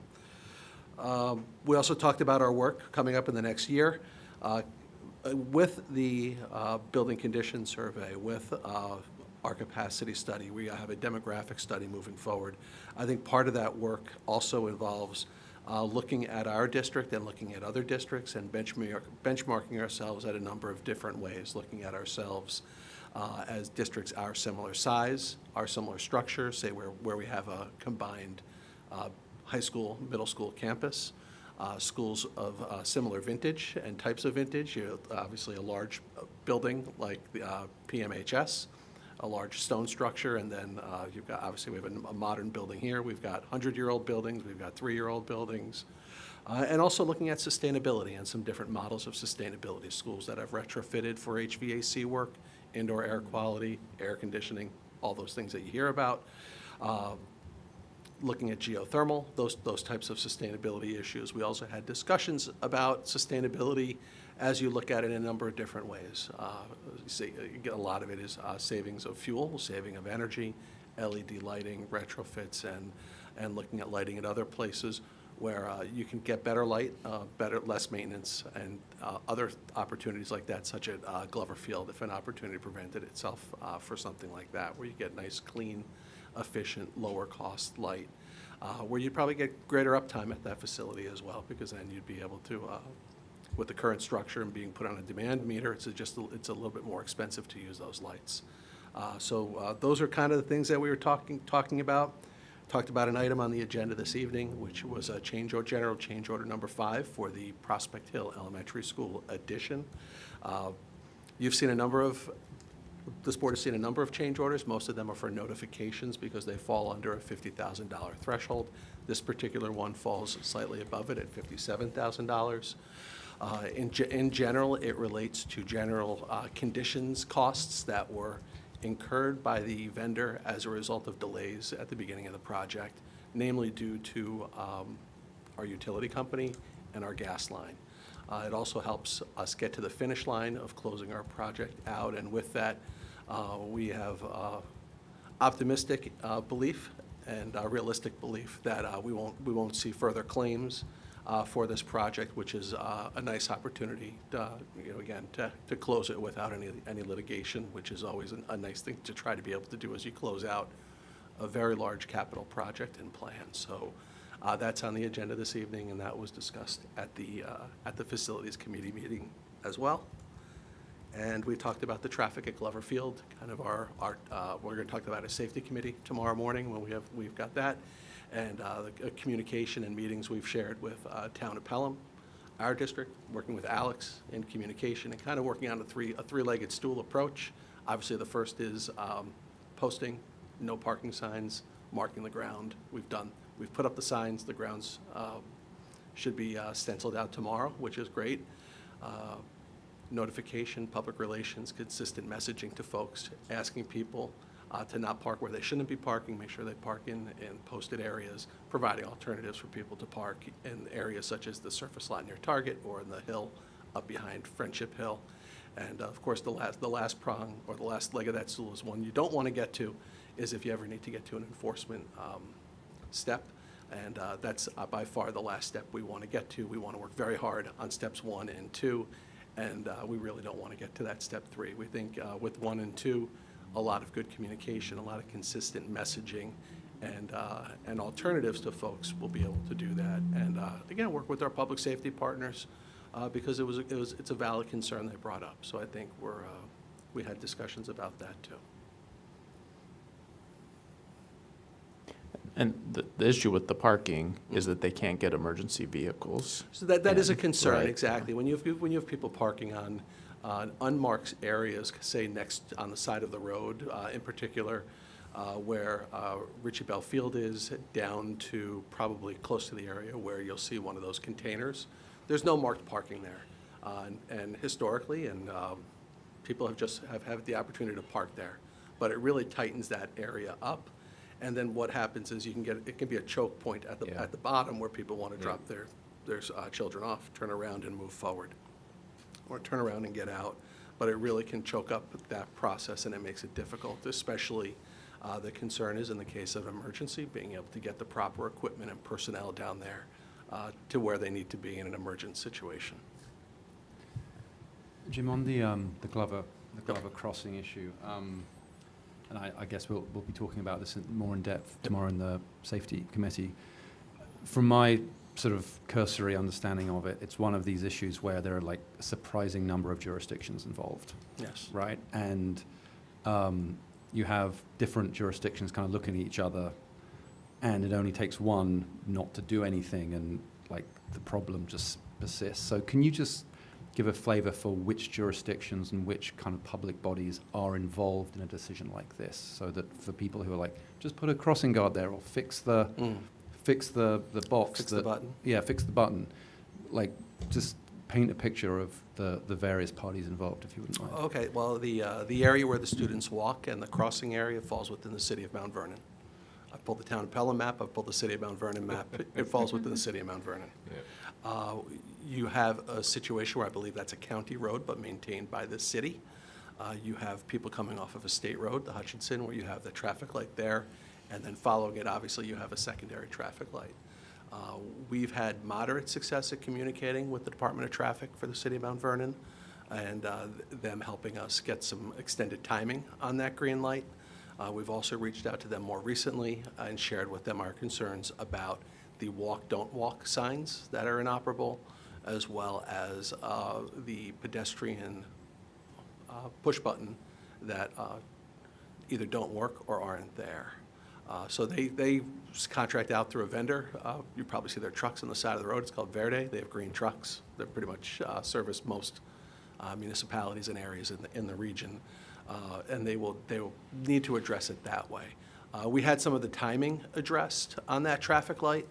John Condon, our Director of Facilities, was very persistent, and it may not feel like it, but we did have some of that timing extended on that traffic light over the summer, and while they were out to look at it, they saw that there was a cut in that loop, and they were able to repair that loop. So we believe we could see some improvements there as well. But those are all of those different things. Other things we can look at, obviously, we want to make sure it's a safe walking environment for our students. One of the things we did for our students who who practice or play at the Hutchinson School is we provided them a walking environment, tips and things to be mindful as you walk. Certainly, off the top of my head, that's something that we can do to remind our students to be safe when they're walking. And especially, they can look at their phones when they're on the sidewalk, but please, when you cross the road, look up and look both ways. And I think, correct me if I'm wrong, I think there's also one other sort of jurisdiction involved, which is the constable who is there. The constable is there by- pretty much daily till about 7 p.m. Okay. And we had a nice conversation with our partners. The constable is employed by the town of Pelham. Okay. And as you know, recreation is a town of Pelham program. We've got a very good working relationship with our partners at Town of Pelham.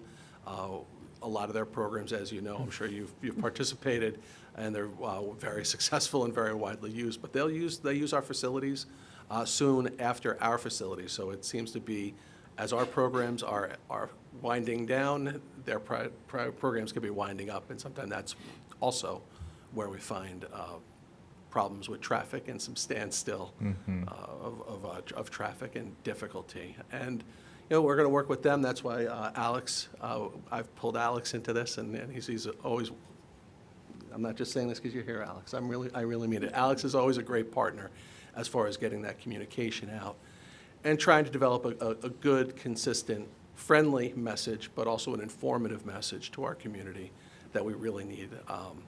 We really want to make it better, and we need everybody's help, but we want to provide those alternatives so people know what to do.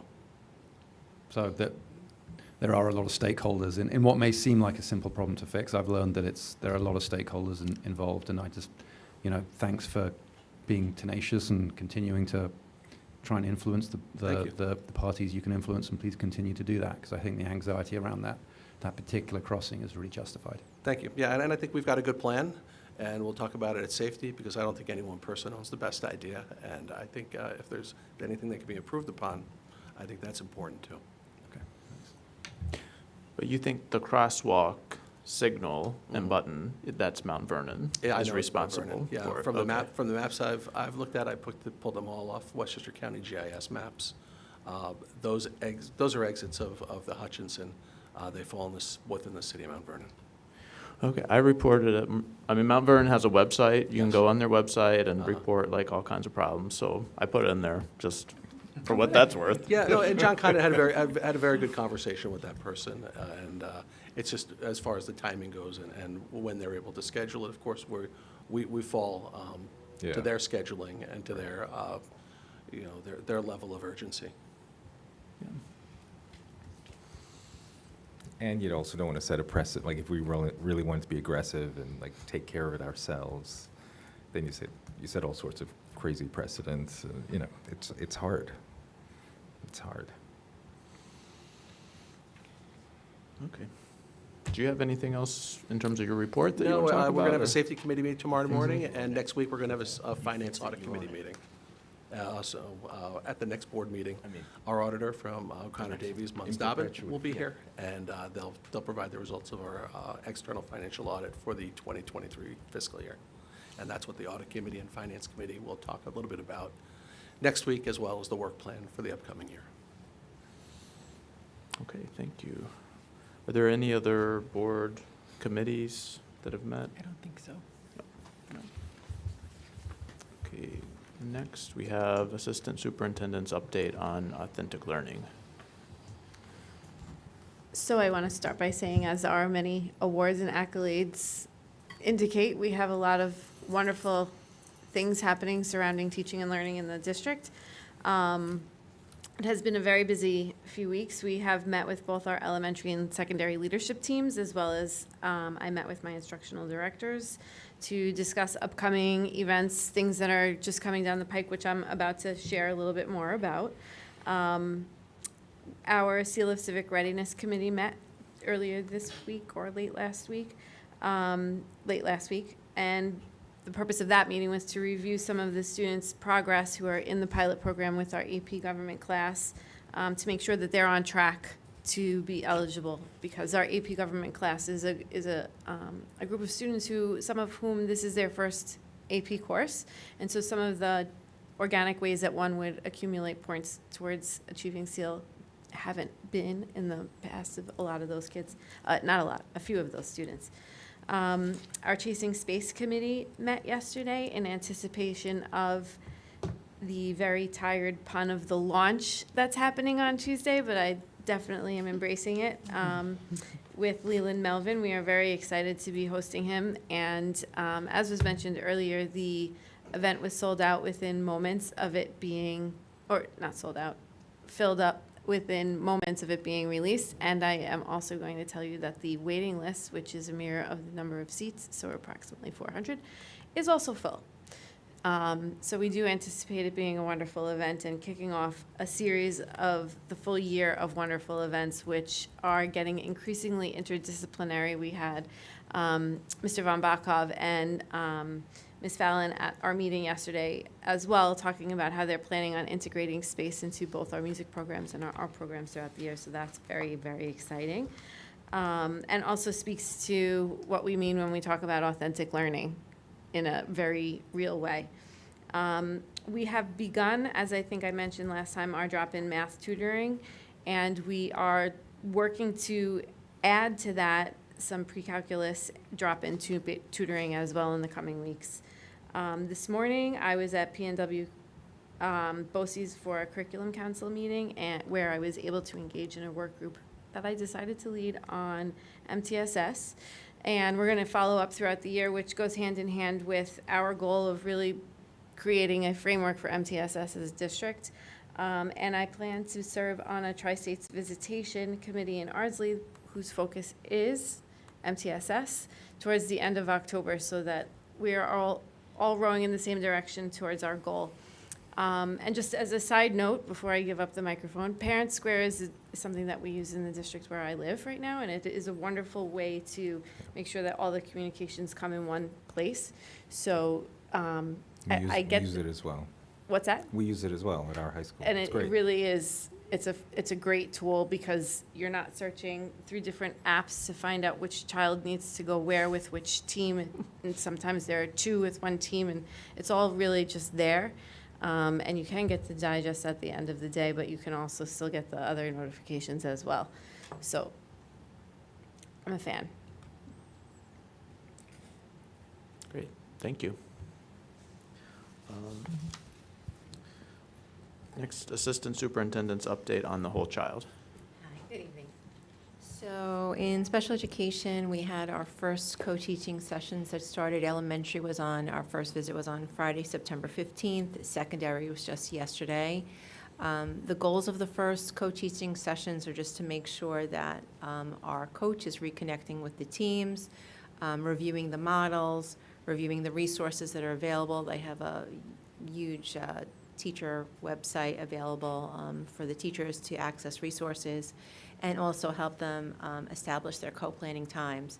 In addition, we worked with the coach to set goals for this year, and the goals are to make sure that the co-teachers have a system in place to support delivery of effective instruction, ensure that the co-teachers have a shared approach and framework in order to provide access for all learners, and to ensure special education teachers have a system for data collection in relation to IEP goals, and also ensure co-teachers have a good fundamental understanding of universal design for learning, UDL, and differentiated instruction.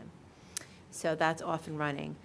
Last night was the first SEPTA meeting, which I attended. So our new SEPTA co-chairs did a great job. They talked about their goals for this year. In addition to the events that they will continue, such as Pelham's Got Talent, they've got some other exciting things going on this year with speakers that they've set up on their own, and they're working with me as well.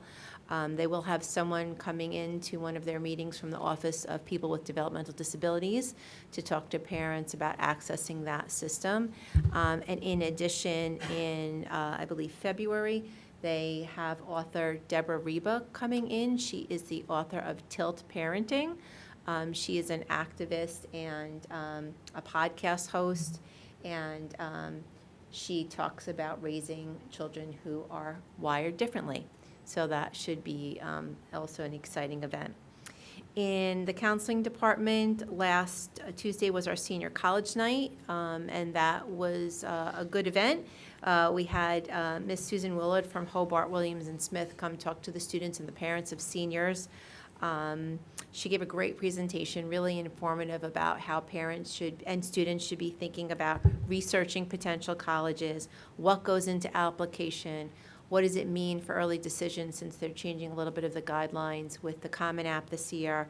And also, just most importantly, she expressed to the students how important it is to be their true, authentic selves when they're writing their college essay.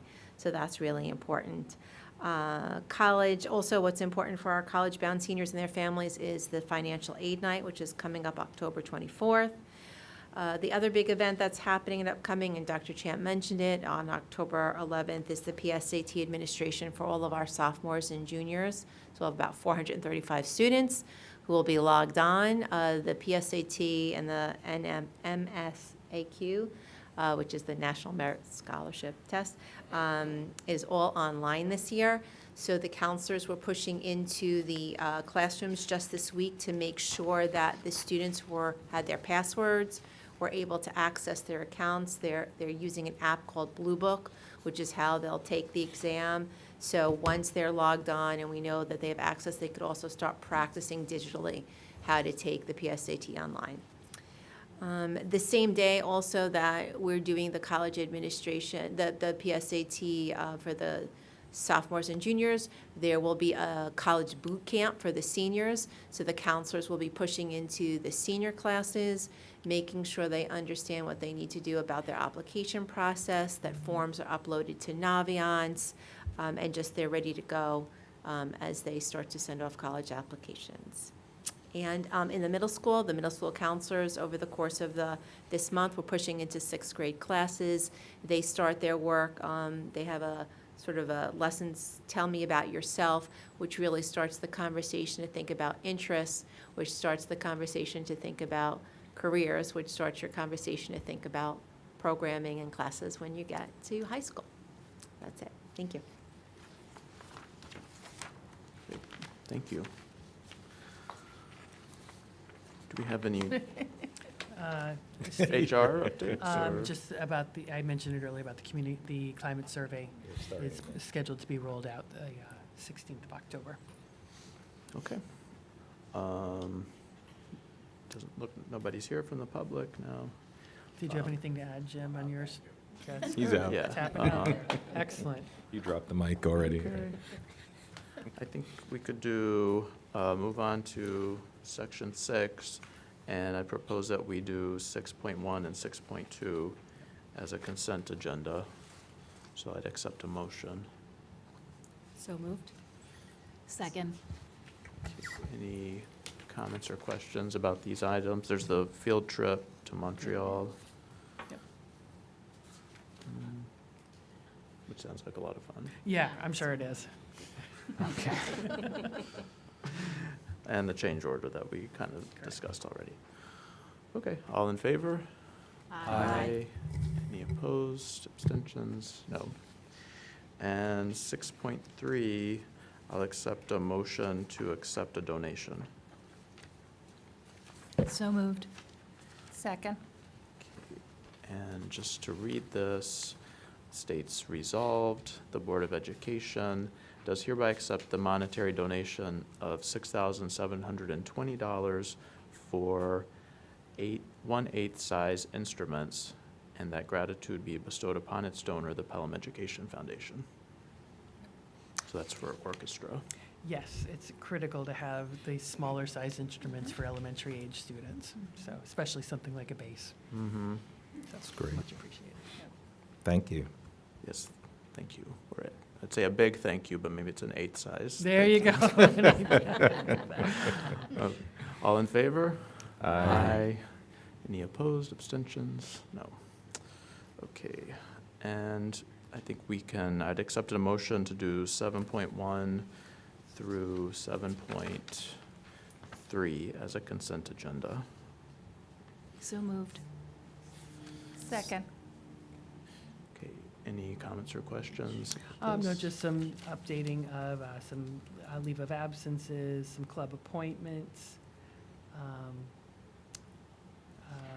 additional hourly staff being appointed, et cetera. So just kind of continuing cleanup of ongoing staffing for the year. Okay, all in favor? Aye. Any opposed, abstentions? No. And next, I'll accept a motion to approve Schedule D. So moved. Second. All in favor? Aye. Any opposed, abstentions? No. 9.1 is new business. Anything? Okay, so I think we can go on and I'll accept a motion to adjourn. So moved? Okay. Second. Okay, all in favor? Aye. Okay, Okay, we are adjourned. excellent. Thank you. Thank you.